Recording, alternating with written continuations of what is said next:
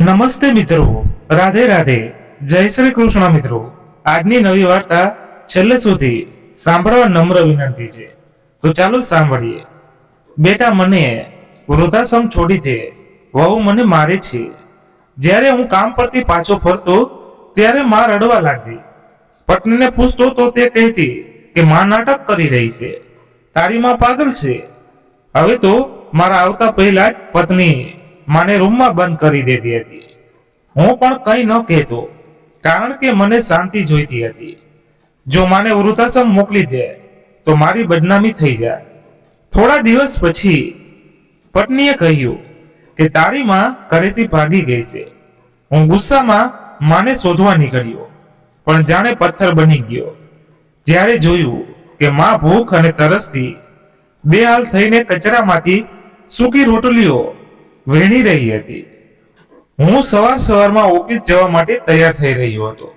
જેવી મારી નજર સામે પડી, મેં જોયું કે મારી વૃદ્ધ માં ધીમે ધીમે ચાલતા મારી તરફ આવી રહી હતી। મેં મારી તૈયારીઓ ઝડપી કરી લીધી અને પોતાને વધુ વ્યસ્ત બતાવતા લાગ્યો। મને ખબર હતી કે તે મારી પાસે આવીને એક જ વાતનો દુખડો રોશે। મેં ઝડપથી મારું ઓફિસનું બેગ ઉઠાવ્યું, ટિફિન ઉઠાવ્યું અને તૈયાર થઈને પત્નીને અલવિદા કહ્યું અને માને સ્મિત આપીને બહાર નીકળી ગયો। હું હંમેશા આવું જ કરતો હતો। જ્યારે પણ માં મારી સાથે વાત કરવા આવતી તો હું મારી તૈયારીઓ ઝડપી કરી લેતો અને તરત ઘરની બહાર નીકળી જતો। મને ખબર હતી કે માં મારી પાસેથી શું કહેવા માંગે છે, પરંતુ હું તેમને નજરઅંદાજ કરી દેતો। આજે ખબર નહીં કેમ મારું હૃદય બેચેન થઈ રહ્યું હતું અને જોર જોરથી ધડકી રહ્યું હતું, પરંતુ મેં પૂરી કોશિશ છતાં મારા હૃદયની વાતને અનસુની કરી દીધી અને ઓફિસે પહોંચીને મારા કામમાં વ્યસ્ત થઈ ગયો। બપોરના લગભગ 2 વાગ્યે પત્નીનો વારંવાર ફોન આવતો રહ્યો, પરંતુ મેં અવગણના ના કરી। મને ખબર હતી કે તે મારી પાસેથી શું કહેવા માંગે છે। મારી માં અને પત્ની વચ્ચે બનતી ન હતી અને હું ઓફિસમાં કામ કરતો કે તેમના ઝઘડા સાંભળતો રહેતો હતો, તેથી ફોન ઉઠાવવો યોગ્ય ન સમજ્યો। સાંજે જ્યારે થાક્યો પાક્યો ઘરે પહોંચ્યો તો પત્ની મને જોઈ નીચે સોપાડી તે મારો ફોન કેમ ન ઉઠાવ્યો। ફોન ઉઠાવી લીધો હોત તો આજે આ મુસીબત આપણા માથે ન આવત। હું હેરાન રહી ગયો। બેગ એક બાજુ મૂકી અને તેને પૂછવા લાગ્યો, શું કહી રહી છો? કઈ સમજ નથી આવી રહ્યું। હું બહુ થાકેલો હતો, કારણ કે આજે ઓફિસમાં બોસ પાસેથી પણ ઠપકો મળ્યો હતો। મને એવું લાગી રહ્યું હતું કે આજનો દિવસ મારા માટે ખૂબ જ ખરાબ સાબિત થયો છે, કારણ કે માત્ર મને બોસનો ઠપકો જ સાંભળવો પડ્યો ન હતો, પરંતુ મારું કોઈ પણ કામ બરાબર થયું ન હતું। આ કારણે હું બહુ વધારે પરેશાન હતો। પત્નીની વાત સાંભળવા માટે મારી પાસે બિલકુલ સમય ન હતો। મેં જલ્દી કહ્યું, શું વાત છે? તું કહેવા શું માંગે છે? તે ગુસ્સામાં મારા બાજુમાં બેસી ગઈ અને બોલવા લાગી, જો ફોન ઉઠાવી લીધો હોત તો આ નોબત ન આવત। મેં તેને પૂછ્યું, તો પછી બતાવ વાત શું છે? તે સહેલીઓની જેમ વાતો બનાવી જતી હતી। પછી કહેવા લાગી, તારી માં સવારથી ઘરની બહાર નીકળી ગઈ છે અને હું તેમને શોધીને પરેશાન થઈ ગઈ છું। હવે શું મારો આખો દિવસ આ જ કામમાં જશે કે તારી માં પાછળ ભાગતી રહું અને એ આ રીતની હરકતો કરતી રહે છે? હું ઘરને જવું કે તારી માને જોઉં? તારે તારી માને સમજાવવી જોઈએ। મેં કહ્યું, માં ક્યાં છે? શું તે મળી ગઈ? તે બોલી, નહીં મળી। ત્યારે જ તો તને ફોન કર્યો હતો। હવે તું જાણે અને તારી માં જાણે। વળી મારી તો તેમની સાથે કોઈ ખાસ નાતો નથી, તારી જ માં છે, તારે જ જવાબ આપવો પડશે। જા અને જઈને તેમને શોધ। મારી પત્ની ખબર નહીં શું કહેતી રહી, પરંતુ મારા પગ નીચેથી જમીન સરકી ગઈ હતી, કારણ કે તેણે જે કંઈ કહ્યું હતું તેને સાંભળીને મને સમજાઈ ગયું હતું કે આજનો દિવસ આટલો ખરાબ કેમ જઈ રહ્યો હશે। તો હું રડવા લાગ્યો। પછી હું ઊભો થયો અને મારી માને શોધવા નીકળી પડ્યો। અહીં સુધી કે રાત થઈ ગઈ, પરંતુ તે મને ક્યાંય ન મળી. મેં શોધતા શોધતા મારા એક મિત્રને પણ સાથે લઈ લીધો. તેણે મને દિલાસો આપ્યો અને તસલ્લી આપી કે જો અહીં ક્યાંય જશે, વધારે દૂર ન જઈ શકે. તે વૃદ્ધ છે, પરંતુ મારું હૃદય ખબર નહીં કેમ કોઈ અજાણી આશંકાથી ડરેલું હતું. અમે અમારા ઘર પાસે એક કચરાના ઢગલા પાસે બેસી ગયા. રાતનું અંધારું હતું. હું મુંડા ગમથી બેહાલ હતો અને મારો મિત્ર મને વારવાર તસલ્લી આપી રહ્યો હતો. હું કોઈને શું કહે? જો મેં શરૂઆતથી જ મારી માનું ધ્યાન રાખ્યું હોય તો આજે આ બધું ન થાય. પરંતુ હવે કોઈને કંઈ કહેવું વ્યર્થ હતું. હું ત્યાં બેસીને રડવા લાગ્યો. આ દરમિયાન રાતના અંધારામાં મને એવું લાગ્યું કે કચરાના ઢગલા પાસે કોઈ હાજર છે. મારા મિત્રે પણ મારી તરફ ધ્યાન દોર્યું. લાઇટના પ્રકાશમાં જ્યારે અમે તે ચહેરાને જોયો તો એક ક્ષણ માટે મારા પગ નીચેથી જમીન સરકી ગઈ. મારા મિત્રે પણ મારી તરફ જોયું અને કહ્યું, આ તારી માં કેવી રીતે હોઈ શકે? મેં તારી માને જોઈ હતી. તે તો બહુ ખુશ મિજાજની હતી અને સારું ધ્યાન રાખનારી મહિલા હતી. તેમની આ હાલત ન થઈ શકે. ચાલ આપણે ક્યાંક બીજી જગ્યાએ જઈને શોધીએ. મેં તેને કહ્યું કે તું ચાલ્યો જા, હું હવે સવારે જ કોશિશ કરીશ. રાત બહુ થઈ ગઈ છે. મારો મિત્ર આગળ વધ્યો. તેણે મારા ખંભા પર હાથ મૂક્યો, મને દિલાસો આપ્યો, તસલ્લી આપીને ત્યાંથી ચાલ્યો ગયો. તે કહેવા લાગ્યો કે હું કાલે આવીશ અને તારી સાથે મળીને આંટીને શોધીશ. તે પણ મારી માં સમાન છે. આ સાંભળીને મારા પર જાણે પગડા પાણી ઢોળાઈ ગયું. તે જેવો ગયો, હું દોડીને તે સ્ત્રીને ધ્યાનથી જોવા લાગ્યો. મારી હેરાનીની સીમા ન રહી કે જે કંઈ મેં જોયું તે સત્ય હતું કે કોઈ સપનું. મેં ઘણી વાર પોતાને ચપટી ભરી કે ક્યાંક હું સપનું તો નથી જોઈ રહ્યો ને, પરંતુ જે કંઈ હું જોઈ રહ્યો હતો તે સચ્ચાઈ હતી. અને એવી ભયાનક સચ્ચાઈ હતી કે તેના પછી મને કંઈ હોશ ન રહ્યો. જે કંઈ મેં મારી આંખોથી જોયું તે દ્રશ્ય મારા પગ નીચેથી જમીન સરકાવી દીધી અને મને લાગ્યું કે હવે હું આટલો શ્વાસ પણ ન લઈ શકીશ. એવી કયામત મારા પર તૂટી પડી હતી. હું ત્યાં બેસીને જોર જોરથી રડવા લાગ્યો. આ દરમિયાન તે સ્ત્રીની નજર મારા પર પડી. તેના પછી જે કંઈ થયું તેને વર્ણવવું મુશ્કેલ છે. હું શરમથી અથાગ ગહેરાઈઓમાં ડૂબતો ચાલ્યો ગયો અને તે તમામ પળોને વિચારવા લાગ્યો જ્યારે મારી માએ મારા માટે પોતાની જિંદગી કુરબાન કરી દીધી હતી. તેમને મારા પર પોતાનું બધું નસાવાર કરી દીધું હતું. હું કેવો દીકરો હતો. હું પોતાની જાતને ધિક્કારતો મારા ભૂતકાળમાં ખોવાઈ ગયો, જેની દર્દનાક કહાણીએ આજે મને ખુદથી ઘરણા કરવા મજબૂર કરી દીધો. મારું નામ સમીર છે અને હું મારા માતા પિતાનો એકમાત્ર દીકરો છું. જ્યારે મેં હોશ સંભાળ્યા, મેં માત્ર મારી માને જ પામી. માએ મને શરૂઆતથી સમજાવી દીધું હતું કે બેટા, તારા પિતાજી રોજગારના સિલસિલામાં વિદેશમાં વસેલા છે અને આ સિલસિલો લગ્ન પછી શરૂ થઈ ગયો હતો. મા દાદી સાથે રહેતી હતી અને મારા એક કાકા પણ હતા જે પરણિત હતા. બલકે તે એક નકામો માણસ હતા જેમને કામકાજથી કોઈ મતલબ ન હતો. અહીં સુધી કે તે મારી માને વારવાર હેરાન કરતા હતા કે ભાભી, બાઈને કહો કે મને પૈસા મોકલે. મારી દાદી પણ મારી માને બહુ હેરાન કરતી હતી, પરંતુ મા ધૈર્ય અને શુક્ર સાથે ત્યાં રહી રહી હતી, કારણ કે તેમની પાસે કોઈ બીજો સહારો ન હતો. મારી મા પણ પોતાના માતા પિતાની એકમાત્ર સંતાન હતી અને જ્યારથી તેમણે હોશ સંભાળ્યા ત્યારથી મા બાપના નામે માત્ર પોતાની માને જ જોઈ હતી, જે તેમના કાકા કાકીના રહેમો કર્મ પર હતી. અને પછી જ્યારે તેમનું દેહાંત થયું તો મારી મા પણ એકલી થઈ ગઈ. તેમણે બહુ દુઃખ સહન કર્યા હતા અને કાકાજીએ જલ્દી તેમની દેખભાળ કરી લગ્ન કરાવી દીધા હતા, કારણ કે હવે તે મસ્જિદ તેમનાથી સંભાળીને રહી ન હતી. તેથી તેમણે મારા પિતાજીનો ચહેન કર્યો.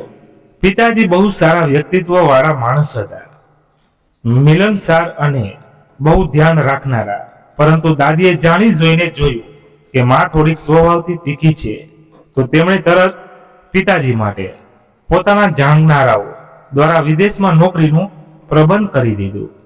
કારણ કે દાદી આ સચ્ચાઈને સમજી ગઈ હતી કે કાકા તો નકામા છે, અને જો મારો આ દીકરો પણ પોતાની પત્નીના તાબામાં રહી ગયો તો દાદીના આ ઘરમાં જે આદેશ ચાલે છે તેમના પર કોઈ અમલ નહીં કરે. બીજા શબ્દોમાં કહીએ તો પોતાની આઝાદી ગુમાવવાના ડરથી દાદીને બહુ ભય લાગી રહ્યું હતું. આ જ કારણ હતું કે લગ્નના 5 મહિના પછી દાદીએ મારા પિતાજીને વિદેશ નોકરી પર મોકલી દીધા. માં બહુ રડી ગીડગીડાએ પિતાજી પાસેથી માફી માંગી અને કહ્યું કે જો તેમનાથી કોઈ ભૂલ થઈ હોય તો ક્ષમા કરી દે, પરંતુ તેમને આ રીતે દાદી અને કાકાના રેમો કર્મ પર છોડીને ન જાય, કારણ કે દાદીએ પહેલા દિવસથી જ માં સાથે વેર પાડી લીધું હતું. આ બધી કહાણીમાં મને બાળપણમાં સંભળાવતી હતી, જેનો ઉદ્દેશ્ય એ હતો કે સંબંધોનો ઉપયોગ સ્વાર્થ માટે ન કરવો જોઈએ. આના દ્વારા તે મને સારા સંસ્કાર આપવા માંગતી હતી. દિવસો પસાર થવા લાગ્યા. માએ પોતાના આંસુ લૂછ્યા અને ચૂપ થઈને મારી પરવરિશમાં લાગી ગઈ, કારણ કે લગ્નના 6 મહિનામાં જ તેમને ગર્ભવતી થવાની ખુશી મળી હતી. એટલે કે પિતાજીના વિદેશ ગયા પછી તે માં બનવાની હતી, અને પૂરા 9 મહિના પછી મારો જન્મ થયો. પિતાજીએ પહેલી વાર કામ પરથી રજા લઈને આવવાનો વિચાર કર્યો, પરંતુ દાદીએ તેમને સ્પષ્ટ મના કરી દીધી કે અહીં આવવાની કોઈ જરૂર નથી, અને તેમણે પોતાના નાના ભાઈના લગ્ન માટે પૈસા જમા કરવા જોઈએ. બલદેવ મારા કાકાનું નામ હતું. પિતાજી મને જોયા વિના જ મારાથી પ્રેમ કરવા લાગ્યા હતા. તેઓ અવારનવાર માને પત્રો લખતા હતા, જેમાં મારો ઉલ્લેખ બહુ વધારે થતો હતો. માં મને વૃદ્ધાશ્રમ છોડી દે, એટલે કે પોતાની સંતાનની યાદમાં તેઓ તડપતા રહેતા હતા. પરંતુ દાદીએ તેમને તેમના બાળકને મળવા ન દીધા, અને ચોખ્ખા શબ્દોમાં કહી દીધું કે તેમને ત્યાં જ રહીને હજુ તેમના ભાઈની જવાબદારી ઉઠાવવી જોઈએ.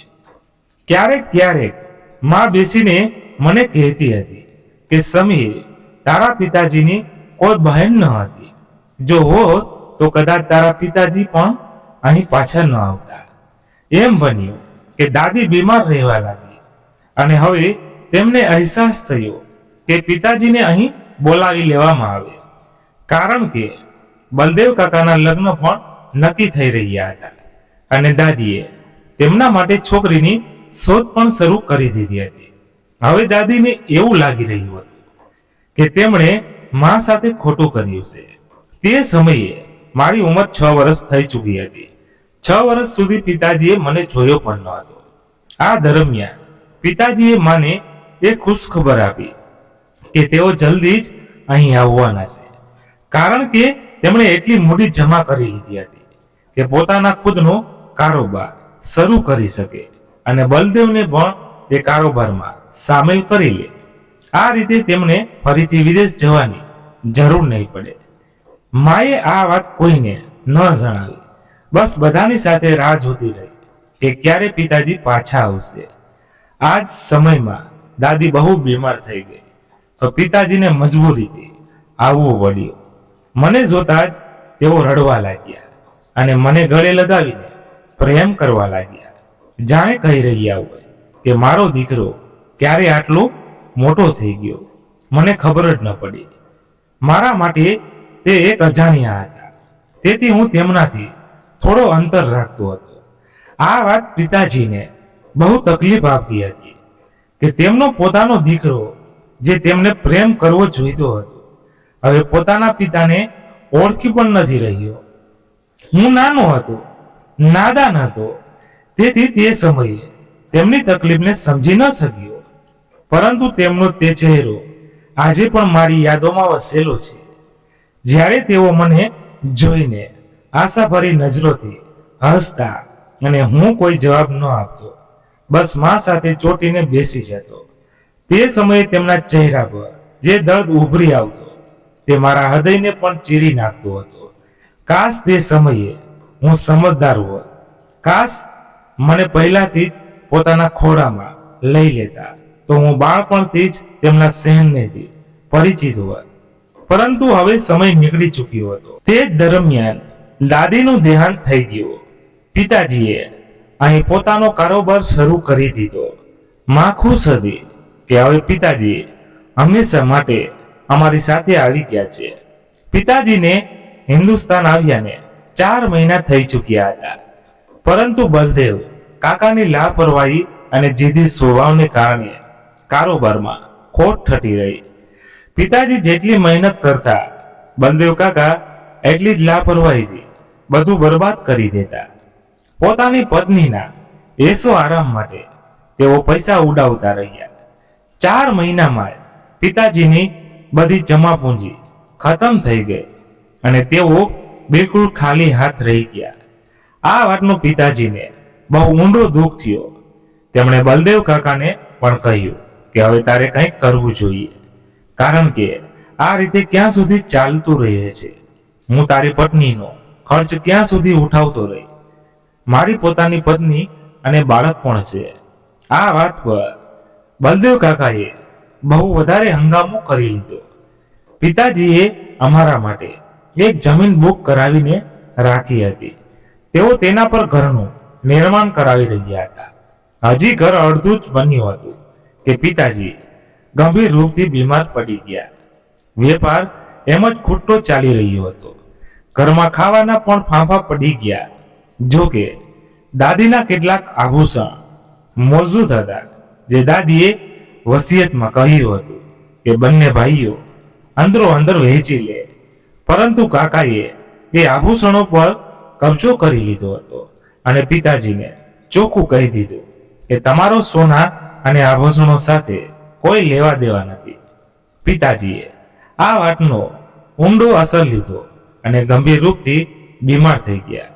આ રીતે તેઓ અમને બંનેને માત્ર 1 વર્ષની અંદર, જ્યારે તેઓ વતન પાછા ફર્યા હતા, ત્યારથી છોડીને ચાલી વસ્યા. આઘાત મારી મા માટે બહુ ભારે હતો, પરંતુ કાકાને જાણે એક મોટો ખજાનો હાથ લાગ્યો. આ ઘર દાદીએ મારા પિતાજીને નામે કરાવી દીધું હતું અને આ જ એક કામ હતું જે દાદીએ સારું કર્યું હતું, પરંતુ તેનો પણ કોઈ લાભ ન થયો, કારણ કે કાકાએ બહુ ચતુરાઈ અને કુશળતાથી તે ઘરના કાગળિયા પોતાના નામે કરાવી લીધા.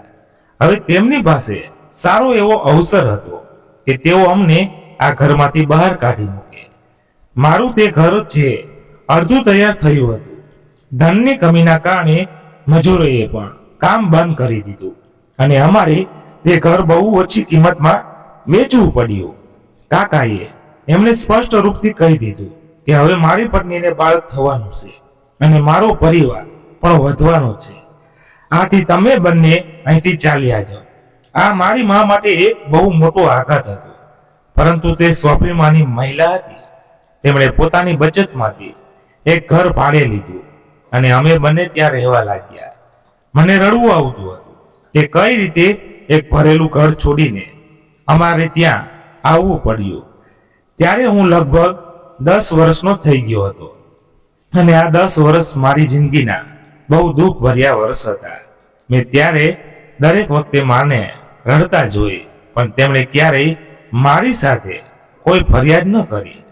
અવારનવાર હું રાતોમાં જોતો કે તૂટીને ઈશ્વર પાસે પ્રાર્થના કરતી હતી, હે ભગવાન, મારી જિંદગીમાં સુખ નથી લખ્યું તો કોઈ વાંધો નહીં, બસ મારી સંતાનનું જીવન સુખી બનાવી દેજે, જેથી તે એક શ્રેષ્ઠ જિંદગી પસાર કરી શકે અને મારા બાકી બચેલા દિવસો તારી યાદમાં સારી રીતે પસાર થઈ જાય.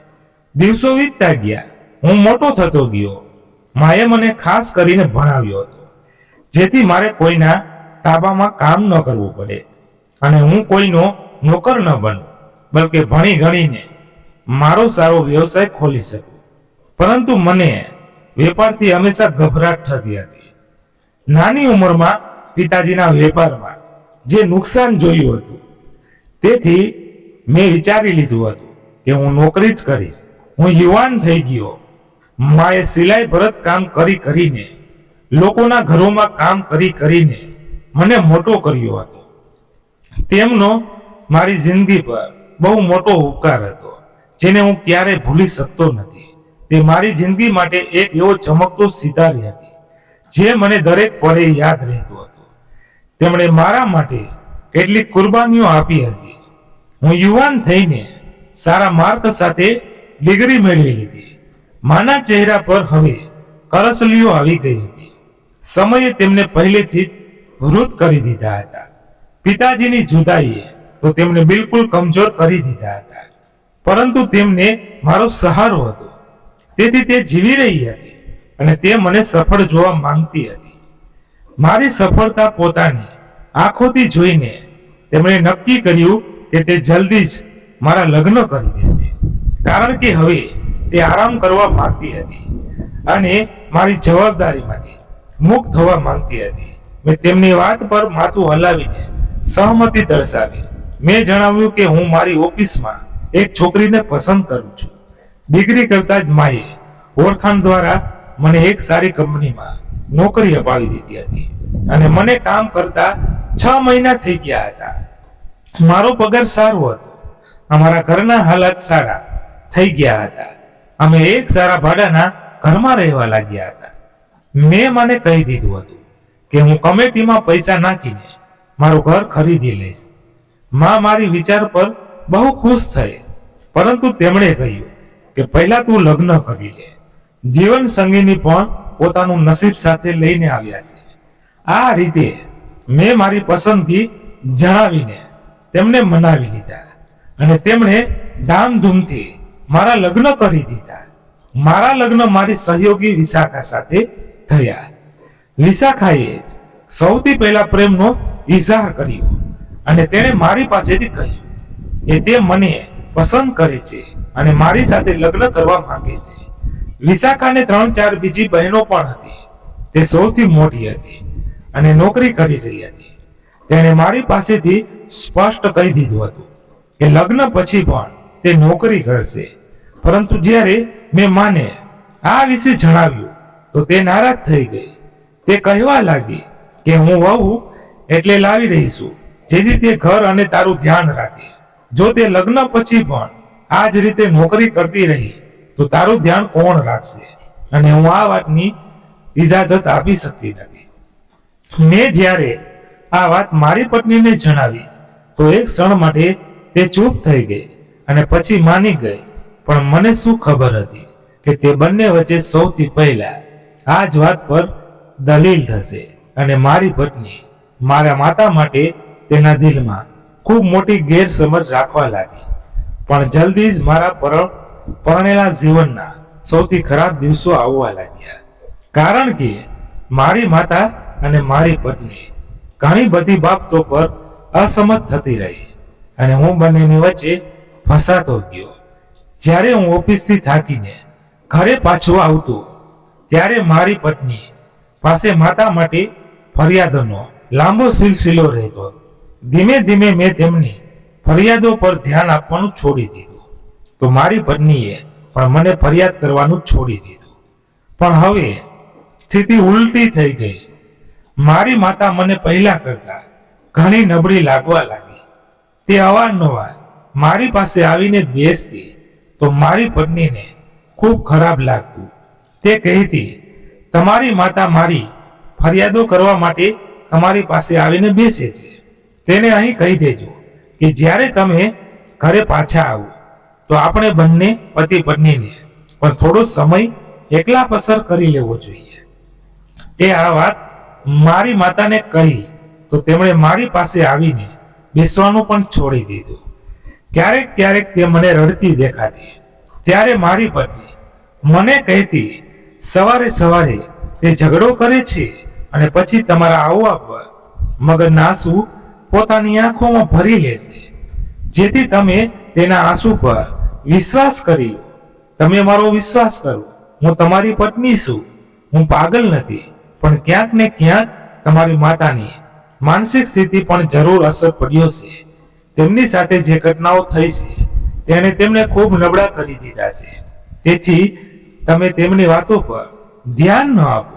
મેં મારી પત્નીને પાસે બેસાડી અને કહ્યું, મારી માતાએ ખરેખર મારા માટે ખૂબ જ મોટી કુરબાનીઓ આપી છે અને હું તમને વિનંતી કરું છું કે તમે તે કુરબાનીઓનું ધ્યાન રાખીને તેમની સાથે સારો વ્યવહાર કરો. જો તે ખરેખર નબળી થઈ ગઈ હોય તો તમે તો સ્વસ્થ છો. તેમને જવાબ ન આપો. ચૂપચાપ મારી ખાતર તેમની વાતો સાંભળી લેજો. મારી પત્નીએ આશ્ચર્યભરી નજરોથી મારી તરફ જોયું અને ચૂપ થઈ ગઈ. તે દિવસ પછી તેણે મારી પાસેથી ફરિયાદો કરવાનું બંધ કરી દીધું. પણ ઉલટો હિસાબ થઈ ગયો. મારી માતા મારી પાસે આવીને ફરીથી બેસવા લાગી. હું જ્યારે પણ કામથી પાછો આવતો તો તે મને કહેતી કે બેટા, હું આ ઘર છોડીને જવા માંગુ છું. તારી પત્ની મને ના ખાવાનું આપે છે ના મારી સાથે બરાબર વાત કરે છે. મને ઘરના કોઈ કામને હાથ લગાવવા દેતી નથી. કહે છે કે આ મારું ઘર છે, તું એક કામ કર, મને વૃદ્ધાશ્રમ છોડી દે. ઘર તો હવે તારું જ છે, મેં તારા નામ જ કરી દીધું છે. બલકે આ ઘર તે જ તું બનાવ્યું છે, તો પછી મારો અહીં શું હક છે? તે અવારનવાર રડી પડતી અને હું તેમને સ્નેહથી સમજાવતો કે માં મળીને જીવન જીવતા શીખી તે તમારી વહુ છે, કોઈ દુશ્મન તો નથી. ભલા આવું કેમ કરશે? તે તો પછી માં ખામોશ થઈ જતી. પછી પોતાના રૂમમાં જઈને પોતાના રૂમનો દરવાજો બંધ કરી લેતી. મારી પત્ની જીતતી નજરોથી મને જોતી કે જુઓ, હું તમને કહું છું ને કે તેમની માનસિક હાલત ઠીક નથી. આપણે તેમને ડોક્ટર પાસે લઈ જવા જોઈએ. અને તેમના કહેવા પર મેં ડોક્ટર પાસે પણ લઈ ગયો. ડોક્ટરે કેટલીક દવાઓ આપી અને કહ્યું કે તેમનું મગજ બિલકુલ સ્વસ્થ છે, કોઈ માનસિક સમસ્યા નથી. બસ તમે ઘરનું વાતાવરણ સારું કરો. ડોક્ટરની વાત પર મને ખૂબ જ આશ્ચર્ય થયું. ઘરે આવીને મેં પત્નીને જણાવ્યું તો તે કહેવા લાગી, તમે ખોટા ડોક્ટર પાસે ગયા છો. તમે એક કામ કરો, તમે તમારી ઓફિસમાં ધ્યાન આપો. હું માતાને પોતે લઈ જઈશ. પછી તેણે મને જણાવ્યું કે ડોક્ટરે કહ્યું છે કે તમારી માતા માનસિક રીતે બીમાર છે અને કેટલીક દવાઓ જોઈએ. મારી પત્ની ખાવામાં દવાઓ ભેળવતી હતી તો માતા વધારે સમય સુધી સૂતી રહેતી હતી. પણ જ્યારે હું ઘરે આવતો તો તે મારી પાસેથી એક જ વાત કહેતી હતી, મને વૃદ્ધાશ્રમ છોડી દે. અહીંથી તો મારી અર્થી જ નીકળશે. તમે કેમ નથી સમજતા? જ્યારે મારી પત્ની મારી પાસે આવીને કહેતી કે તમે તમારી માતાની વાતો પર ધ્યાન ન આપો, આ દવાઓનો અસર છે, તે આવી આડી અવડી વાતો કરે છે. હું તો તેમનું ખૂબ ધ્યાન રાખું છું. મેં ક્યારેય પણ તેમને ઠપકો આપ્યો નથી કે તેમને અવગણના કરી નથી.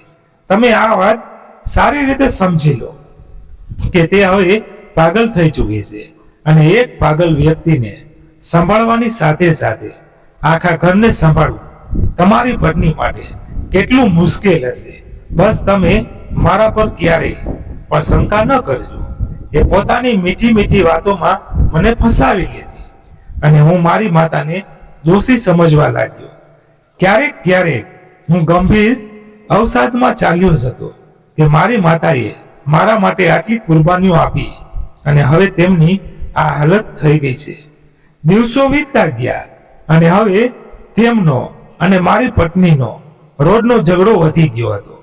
મારી મમ્મી રોજ મને કહેતી કે મને વૃદ્ધાશ્રમ છોડી દો. તે કહેતી કે તું કેમ સમજતો નથી? તારી પત્ની મારા પર ખૂબ જ અત્યાચાર કરે છે, મને બળજબરીથી દવાઓ ખવડાવે છે. તું તેને કેમ સમજાતું નથી? જ્યારે તે રડતી હતી ત્યારે મારું હૃદય જાણે કોઈ મુઠ્ઠીમાં દબાઈ દેવું હોય તેવું લાગતું હતું. પણ હું પણ ઈચ્છતો હતો કે ઘરમાં શાંતિ જળવાઈ રહે. ઓફિસથી આવ્યા પછી મને શાંતિ જોઈતી હતી, પણ મારી પત્ની મારા આવતા પહેલા જ તેમને રૂમમાં બંધ કરી દેતી હતી અને પછી તે પોતાના રૂમમાં એકલી પડી રહેતી હતી. ઘણા દિવસોથી મેં તેમનો ચહેરો પણ જોયો ન હતો. બસ તેમના અવાજોથી જ અંદાજ થતો હતો કે તે રૂમમાં છે અને મોટા અવાજે રડી રહ્યા છે. મારી પત્ની કહેતી કે હવે તે પાગલ થઈ ગઈ છે અને કોઈ પણ માણસને નુકસાન પહોંચાડી શકે છે. તું આ વાતો પર ધ્યાન ન આપ. હું તેમને કાબૂમાં રાખી રહી છું. પણ જ્યારે પણ મારી મમ્મી મને જોતી ત્યારે તે એક જ વાત કહેતી. હવે તો હું પણ તેમની વાતો પર ધ્યાન નહોતો આપતો, કારણ કે મારી પત્નીએ મારા મનમાં આ વિશ્વાસ બેસાડી દીધો હતો કે મારા મમ્મી પાગલ થઈ ગઈ છે. એક દિવસ મારી પત્નીએ સૂચન કર્યું કે શા માટે ખરેખર તેમની કહેલી વાત પર અમલ ન કરીએ, શા માટે તેમની તબિયતનું ધ્યાન રાખીને તેમને વૃદ્ધાશ્રમ છોડી ન આવીએ. તે સાંભળીને મને ખૂબ ગુસ્સો આવ્યો. જો કે આ વાત તો હું પણ ઘણીવાર વિચારી ચૂક્યો હતો, પણ બદનામીનો ડર હતો. જો લોકોને ખબર પડે તો શું કહે? એ જ કે સમીરની મમ્મીએ પોતાનું આખું જીવન તેના માટે સમર્પિત કરી દીધું. તેના પિતાની રાહ જોતી રહી. પિતા પણ ગુજરી ગયા અને પછી કપરા સંજોગોમાં સમીરને ઉછેરીને આ કાબિલ બનાવ્યો કે આજે તે સારો એવો કમાઈ રહ્યો છે. અને હવે સમીરે પોતાની પત્નીની વાતોમાં આવીને પોતાની મમ્મીને વૃદ્ધાશ્રમ મોકલી દીધી. જો કે મારી મમ્મી ઘરમાં પણ બહુ સારા હાલતમાં નહોતી રહી. આ વાતનો મને પૂરો અહેસાસ હતો, પણ હું એક ખૂબ જ સ્વાર્થી અને આત્મકેન્દ્રિત માણસ બની ચૂક્યો હતો, જેને ફક્ત પોતાની શાંતિની પરવાહ હતી. તે મમ્મીને જેણે પોતાના કન્યા બલિદાન આપીને મને આ મકાન સુધી પહોંચાડ્યો હતો. હું અવારનવાર ભૂલી જતો હતો, યાદ હોવા છતાં પણ હું તેમની તરફ ધ્યાન આપવા માંગતો ન હતો. જ્યારે મારી પોતાની જિંદગી શરૂ થઈ ગઈ હતી ત્યારે હું ઈચ્છતો હતો કે જ્યારે ઘરે આવું ત્યારે મને શાંતિ મળે. મેં મારી પત્નીને પણ કહી દીધું હતું કે તને જે ઠીક લાગે તે કરજે. મને તારા પર ભરોસો છે કે તું મારી મમ્મી સાથે કંઈ ખોટું નહીં કરે. હવે અવારનવાર મને મમ્મીના રડવાના અને ચીસો પાડવાના અવાજો તેમના રૂમમાંથી આવતા, પણ મારી પત્નીની મારા ઘરે આવતા જ તેમને તેમના રૂમમાં બંધ કરી દેતી. અને જ્યારે હું સવારે ઓફિસ માટે નીકળતો ત્યારે પણ તેમના રૂમ પર તાળું પડ્યું રહેતું હતું. બધું જાણવા છતાં પણ મારી આંખો બંધ કરી ચૂક્યો હતો અને મારા કાનમાં આંગળીઓ નાખી ચૂક્યો હતો. પણ મને શું ખબર હતી કે મારી જિંદગીમાં એવો સમય આવવાનો છે જે મને ખૂબ જ મોટો બોધપાઠ શીખવશે અને હું આખી જિંદગી પસ્તાશો રહીશ. થયું એમ કે આજે પણ હું રોજની જેમ ઓફિસ માટે તૈયાર થઈ રહ્યો હતો કે મારી મમ્મી મારી પાછળ ચાલી આવી. મેં તેમની કોઈ વાત સાંભળી નહીં અને કહી દીધું, મમ્મી સવારે સવારે મારું મગજ ખરાબ ન કર. તે રડવા લાગી, મારા સામે હાથ જોડી દીધા અને બોલી, મને વૃદ્ધાશ્રમ છોડી આવ. ત્યાં જઈને હું મારી બાકીની જિંદગી પસાર કરી લઈશ. પણ તારી બેરુખી જોઈને મારું દિલ થાય છે કે મારો જીવ જ આપી દઉં. એક ક્ષણ માટે મેં મમ્મી તરફ જોયું, પણ બીજા જ પડે મારા ચહેરા પર નફરત દેખાવા લાગી. હું બોલ્યો, આખો દિવસ તમે લોકો શાંતિ નથી લેવા દેતા. જ્યારે સવારે નીકળી રહ્યો ત્યારે તો દુઆઓ સાથે વિદાય આપો. આ સાંભળતા જ મારી મમ્મીએ આગળ વધીને મારા માથા પર હાથ મૂક્યો અને હું તે દિવસે ઓફિસ ખૂબ જ ખરાબ મૂડ સાથે ગયો.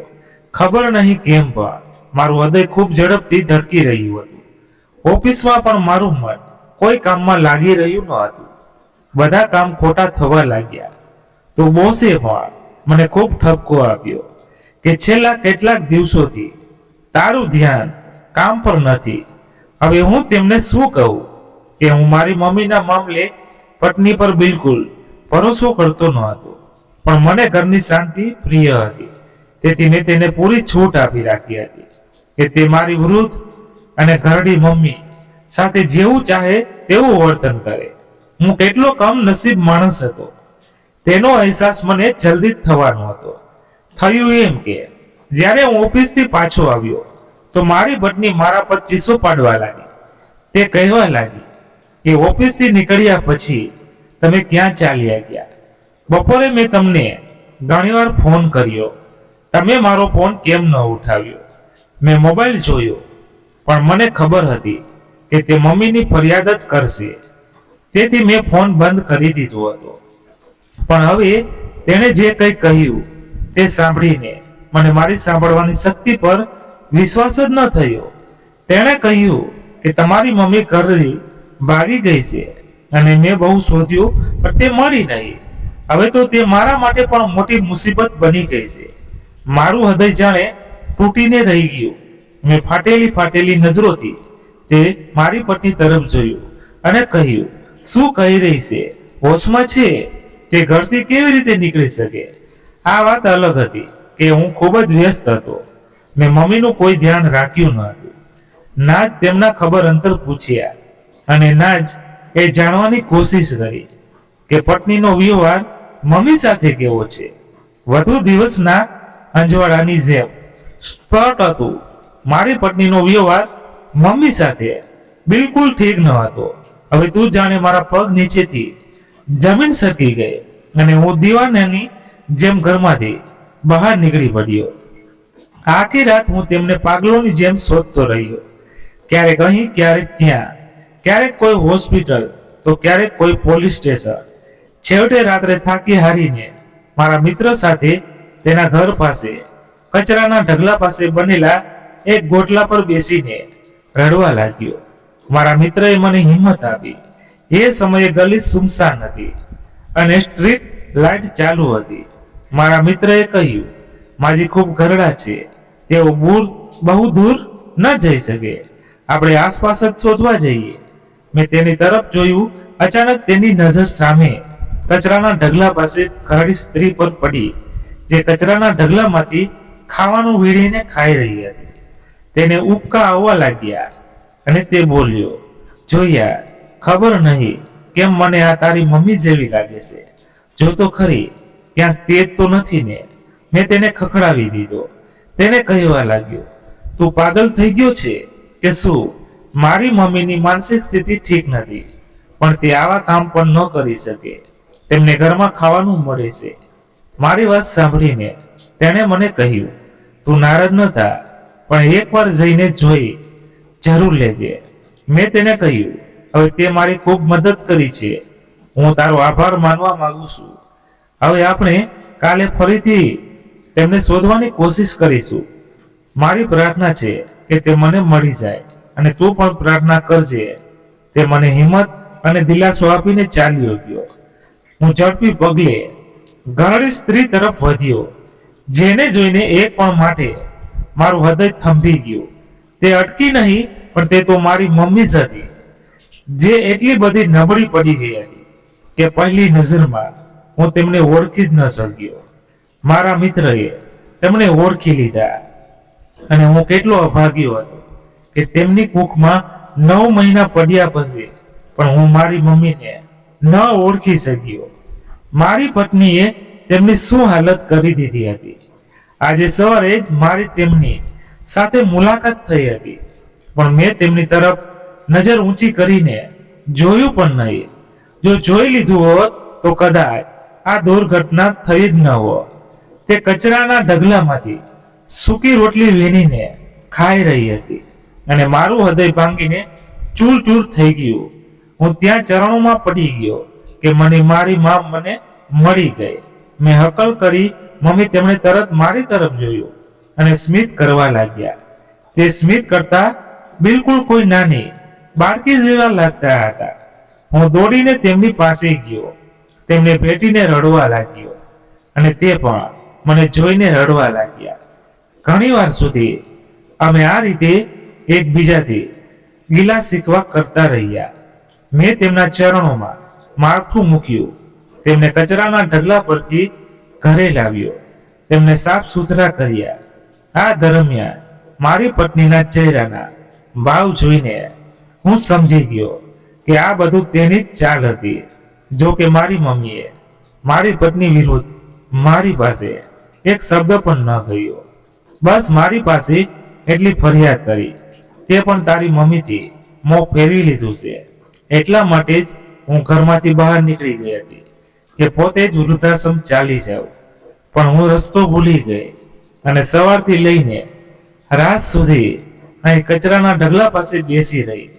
આ સાંભળતા મારું હૃદય દર્દથી ભરાઈ આવ્યું. મેં તરત જ તેમના માટે સારું ખાવાનું મંગાવ્યું, તેમના હાથ ચૂમ્યા, પગ ચૂમ્યા. આ એ જ મમ્મી હતી જેમણે મને આટલી મુશ્કેલીઓમાં ઉછર્યો હતો. હું કેવી રીતે તેમનાથી આટલો બેપરવાહ થઈ ગયો. હજુ થોડી જ વાર વધી હતી કે મારી પત્ની મારે સામે આવી ગઈ. કહેવા લાગી, મિલનની ઘડીઓ જો પૂરી થઈ હોય તો મારે પણ સાંભળો. ગઈ રાતથી મારી તબિયત ખૂબ ખરાબ છે, મને ડોક્ટર પાસે જવું છે. મેં તેને ગુસ્સાથી જોઈ અને કહ્યું, જે ડોક્ટરથી તું મારી મમ્મીનો ઈલાજ કરાવી રહી છે તે જ દવા લઈ લે, તે ખૂબ સારી દવા આપે છે. જો મારી મમ્મીની હાલત પણ તું ઠીક થઈ ગઈ છે, તું પણ ઠીક થઈ જઈશ. તે મારો ઈશારો સમજી ગઈ અને કહેવા લાગી, આ ઘરડી સ્ત્રીએ તો મને પરેશાન કરી દીધી છે. જ્યારે જુઓ મારી સાથે મુકાબલો કરવા પર ઉતાવળું રહે છે અને આજે તો એટલી હેરાન કરી કે પોતે જ ઘરમાંથી નીકળી ગઈ. તું સવારથી બહાર હતો, હવે પાછો ફર્યો છે અને મારો હાલ પૂછવો પણ જરૂરી ન સમજ્યો. હું તેની ફિતરત સારી રીતે જાણતો હતો. તેણે મને જુદી જુદી વાતોથી ભ્રમિત કરીને મારી મમ્મીથી અલગ કરવાની કોશિશ કરી હતી. જ્યારે મારા ઘરમાં તે સ્ત્રીની કોઈ જગ્યા ન રહી હતી. મેં તેને ગુસ્સાથી જોઈ અને કહ્યું, તું થોડા દિવસ પોતાની મમ્મીના ઘરે જઈને રહે, જેથી તારો દિમાગ ઠેકાણે આવી જાય. પણ તે ઉલટું મારી સાથે લડવા લાગી, કહેવા લાગી, કાં તો હું આ ઘરમાં રહીશ અથવા આ ઘરડી સ્ત્રી. હું ફરી મારી મમ્મી તરફ જોવા લાગ્યો, જેમણે માથું નમાવી દીધું હતું. તે કહેવા લાગી, હું તો તમ બંનેનું ઘર વસ્તુ જોવા માંગતી હતી, એટલા માટે જ હું પોતે ઘરમાંથી ચાલી ગઈ હતી. જ્યારે હકીકત એ હતી કે મારી પત્ની એ મારી મમ્મીને ઘરમાંથી કાઢી મૂકી હતી અને બધે એવી વાત ફેલાવી દીધી હતી કે મમ્મી પોતે જ ચાલી ગઈ. હવે મારી સહનશીલતાની સીમા સમાપ્ત થઈ ગઈ હતી. હું ઊભો થયો અને પત્ની પર થપ્પડોનો વરસાદ કરી દીધો. મેં કહ્યું, આ થપ્પડ તો તને ખૂબ પહેલા પડવા જોઈતા હતા, જ્યારે તે પહેલી વાર મારી મમ્મી વિરુદ્ધ અવાજ ઉઠાવ્યો હતો. આ એ હસ્તી છે જેના પગ ધોઈને પણ હું તેમનું ઋણ ચૂકવી શકતો નથી. અને તું જે ગઈ કાલે મારી જિંદગીમાં આવી છે તે કહે છે કે મારી મમ્મીની આ ઘરમાં કોઈ જગ્યા નથી. તું હોય છે કોણ? આ ઘરનો માલિક હું છું અને હું જ ફેસલો કરીશ કે આ ઘરમાં કોણ રહેશે અને કોણ નહીં. તું સારી રીતે જાણી લે કે તને આ ઘરમાંથી જવું પડશે. આ કહેતા જ મેં ઊભા છૂટાછેડા દેવાની ધમકી આપી.